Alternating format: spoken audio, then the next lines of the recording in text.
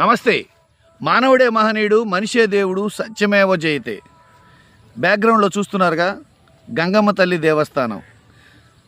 పల్నాడు జిల్లా నరసరావుపేట మండలం రంగారెడ్డిపాలెం గ్రామంలో వేంచేసి ఉన్న దేవస్థానం.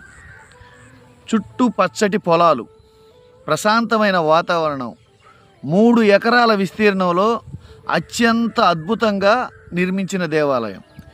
ఈ దేవాలయం దగ్గర ఒక ప్రత్యేకత ఉంది. ఇక్కడికి వచ్చి మొక్కిన వాళ్ళకి,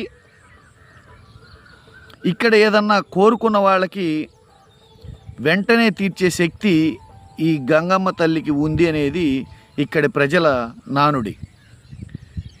నేను రంగారెడ్డిపాలెంలో ఉంటే రోజుకి 20 గంటల పాటు ఈ ప్రశాంత వాతావరణంలో ఇక్కడే